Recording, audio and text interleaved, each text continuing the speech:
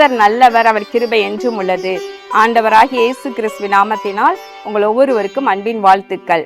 இன்று டிசம்பர் 31 இந்த நாள் இந்த வருடத்தினுடைய நிறைவு நாள். பிரியமானவர்களே, இன்னும் சில மணி நேரங்களே இருக்கின்றன. நாம் புதிய ஆண்டிற்குள்ளே செல்ல போகின்றோம். இந்த 2024 ஆண்டு முழுவதிலும் கர்த்தர் நம்மை அருமையாய் நடத்தி வந்தார். கண்மணி போல நம் ஒவ்வொருவரையும் பாதுகாத்து வந்தார். போக்கையும் வரத்தையும் ஆசீர்வதித்தார். பிரியமானவர்களே, இந்த நாள்ல ஒருவேளை நீங்கள் பரபரவென்று ஆலயத்திற்கு செல்ல வேண்டும், புது துணிமணிகளை அணிய வேண்டும், விருந்தினரை உபசரிக்க வேண்டும் என்பதிலே கருத்தா இருந்து ஓடாதீர்கள். ஆண்டவர் சமூகத்துல இந்த நாள்ல நீங்கள் அமர்ந்திருந்து கர்த்தருக்கு நன்றி செலுத்துங்க. இந்த 2024 ஆண்டு முழுவதிலும் ஆரம்பம் முதல் இன்று வரையிலும் உங்கள் குடும்பத்தை, உங்களை கர்த்தர் எப்படி ஆதரித்து நடத்தி வந்தார். ஒரு தகப்பன் தன் பிள்ளையை சுமந்து கொண்டு வருவது போல நீங்கள் இவ்விடம் வரும் வரைக்கும் அவர் உங்களை சுமந்து கொண்டு வந்தார் என்று சொல்லி மோசே சொல்லுகின்றார். இஸ்ரவேல் மக்களை கர்த்தர் அப்படியே வனாந்தரத்துல ஒரு தகப்பன் தன் பிள்ளையை சுமந்து கொண்டு வருவது போல. யோசித்து பாருங்க, ஒருவேளை ஒரு நபர், ஒரு மனிதன் யாரோ ஒருவருடைய பிள்ளையை சுமந்து கொண்டு போவதற்கும் தான் பெற்ற பிள்ளையை தான் சுமந்து கொண்டு போவதற்கு எவ்வளவு வித்தியாசம் இருக்கு பாருங்களேன். அப்போ தேவனும் கூட ஒரு தகப்பன் தன் பிள்ளையை சுமந்து கொண்டு போவது போல நம்மை தாயின் கருவிலே நம்மை காப்பாற்றினார். சிறுவயது முதல் நம்மை ஆதரித்து வந்தார். இப்போ உங்களுக்கு என்ன வயது இருக்கோ யோசித்து பாருங்க. இந்த நாள் வரைக்கும் உங்களை சுமந்து கொண்டு வந்திருக்கிறார். உங்களை தாங்கி தப்புவித்து ஏந்தி நடத்தி கொண்டிருக்கிறார். இனியும் அப்படியே செய்ய போகின்றார். எனவே நாம் அவருடைய பாதத்தில் அமர்ந்திருந்து அவருக்கு நன்றி செலுத்துவோம். சங்கீதம் 103 முழுவதும் வாசித்து பார்த்தீங்கன்னா ஆண்டவர் நமக்கு செய்த நன்மைகள் எல்லாம் அதில் அழகா எழுதப்பட்டிருக்கிறது. முதல் 2 வசனங்கள்ல, என் ஆத்துமாவே கர்த்தரை ஸ்தோத்திரி, என் முழு உள்ளமே அவருடைய பரிசுத்த நாமத்தை ஸ்தோத்திரி, என் ஆத்துமாவே கர்த்தரை ஸ்தோத்திரி, அவர் செய்த சகல உபகாரங்களையும் மறவாதே. 22வது வசனம், கர்த்தர் ஆளுகிற எவ்விடங்களிலும் உள்ள அவருடைய சகல கிரியைகளை அவரை ஸ்தோத்திரியுங்கள், என் ஆத்துமாவே கர்த்தரை ஸ்தோத்திரி. சங்கீதக்காரன் இவ்விதமாய் சொல்லி முடிக்கின்றார். பிரியமானவர்களே, என் ஆத்துமாவே கர்த்தரை ஸ்தோத்திரி. நீங்க சொல்லுங்க, நீங்க உங்க இருதயத்திற்கு சொல்லுங்க, உங்க ஆத்துமாவுக்கு சொல்லுங்க, என் ஆத்துமாவே கர்த்தரை ஸ்தோத்திரி, கர்த்தரை ஸ்தோத்திரி. கர்த்தர் நமக்கு நன்மை செய்தபடியால், கர்த்தர் உனக்கு நன்மை செய்தபடினால் கர்த்தரை ஸ்தோத்திரி என்று சொல்லுங்கள். இந்த வசனங்களை ஒன்னா வாசித்து பார்த்தீங்கன்னா தெரியும். அவர் உன் அக்கிரமங்களை எல்லாம் மன்னித்தார், உன் நோய்களை எல்லாம் குணமாக்கினார், உன் பிராணனை அழிவுக்கு விலக்கி மீட்டார், கிருபையினாலும் இரக்கங்களினாலும் முடிசூட்டினார், நன்மையினால் உன் வயது திருப்தியாக்குகிறார், கழுகுக்கு சமானமாய் உன் வயது திரும்ப வாழ வயது போலாகிறது.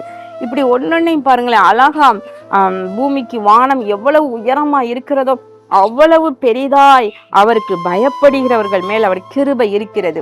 இப்படி இவையெல்லாம் நம் மேல வைத்து நம்மை நடத்துகிற அவருடைய அன்பை நினைத்து, அவருடைய கிருபையை நினைத்து, அவருடைய இரக்கங்களை நினைத்து நம்ம சொல்லுவோம், என் ஆத்துமாவே கர்த்தரை ஸ்தோத்திரி. நல்லா யோசிங்கன்னா, ஒவ்வொரு ஜபமும் பண்ணி முடிச்ச உடனே அந்த நாட்கள்ல இருந்து, ஆதி காலத்துல இருந்து பரிசுத்தவான்கள் இப்படி சொல்ல வைக்கிறாங்க பாருங்களேன், என் ஆத்துமாவே கர்த்தரை ஸ்தோத்திரி. இந்த இதை நம்ம சொல்லி தான் முடிக்கிறோம். ஏன்னா நம்ம துதிக்கிறதுக்கு சில பேர் மறந்து போயிருவாங்க. அதனால பெரியோர்கள், முன்னோர்கள், பரிசுத்தவான்கள் ஒரு ஜபம் முடிந்த உடனே இந்த சங்கீதம் 103 முதல் 2 வசனத்தை சொல்லி முடிப்பதுதான் ஜபம் நிறைவு பெறுவதற்கு அடையாளம்னு சொல்லி வைத்தது போல வைத்திருக்கிறாங்க இல்லையா? அப்போ நம்ம மறக்க கூடாது. இந்த வருடத்தின் நிறைவு நாள்ல நம்ம கர்த்தரை துதிப்போம். என் ஆத்துமாவே கர்த்தரை ஸ்தோத்திரி. எப்பொழுதுமே முறுமுறுப்பு, சோர்வு, கவலை, அதிருப்தி, ஆண்டவர் இதை கொடுக்கல, அதை கொடுக்கல, இன்னும் இந்த ஆண்டு என் வீட்டுல என் பிள்ளைகளுக்கு திருமணம் நடக்கல, இன்னும் இந்த வருடத்துல குழந்தை பாக்கியத்தை கொடுக்கல, நல்ல வேலை கொடுக்கல, நல்ல வீடு கொடுக்கல, நல்ல கார் கொடுக்கல, இதை மட்டுமே நினைச்சு, பெற்றுக்கொள்ளாததை நினைச்சு நீங்க முறுமுறுத்துக்கிட்டே இருக்காதீங்க. பெற்றுக்கொண்டதை நீங்க எண்ணி எண்ணி பார்த்து அவருக்கு நன்றி செலுத்துங்கள். ஏற்ற நேரத்துல ஏற்ற நன்மைகளை கொடுத்து அவர் உங்களை ஆதரிப்பார், ஆசீர்வதிப்பார். கண்களை மூடி ஜெபம் பண்ணுவோமா? எங்கள் அன்பின் பரலோக பிதாவே, இதோ இந்த நாளிலும் விசேஷமாக இதோ நாங்கள் 2024 ஆண்டினுடைய நிறைவு மணி நேரங்கள்ல நாங்கள் வந்து நிற்கிறோம் ஐயா.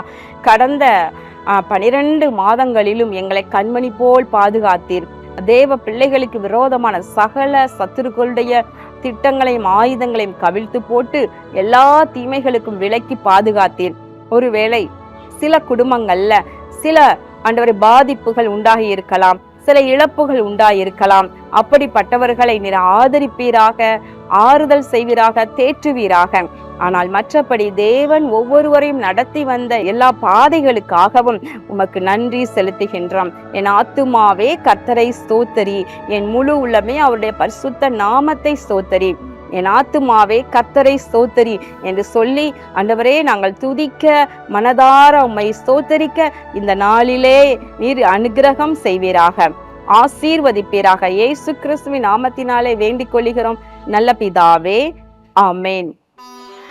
பிரியமானவர்களே, விசேஷமாக இந்த நாள் இரவு 10 மணி முதல் நமது சென்னை ஆசீர்வாத திருச்சபையிலே நடைபெற இருக்கின்ற விசேஷ சிறப்பு ஆசீர்வாத கூட்டம், வாக்குத்தத்த ஆராதனை, புது வருட வாக்குத்தத்த ஆராதனையாகவும் அது நடைபெற உள்ளது.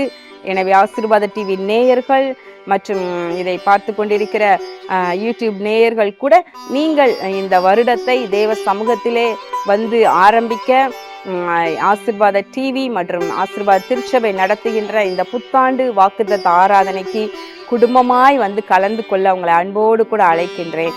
கர்த்தர் உங்களை ஆசீர்வதிப்பாராக. ஆமென்.